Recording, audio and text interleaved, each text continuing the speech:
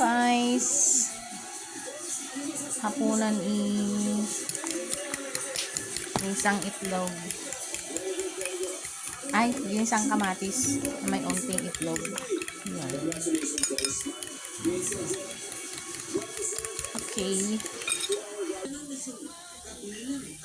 Lagyan ng mantika ang ating kawan.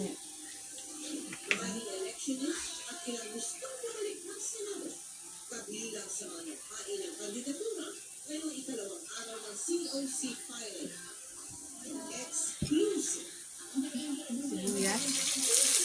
Sabay na yung bawang.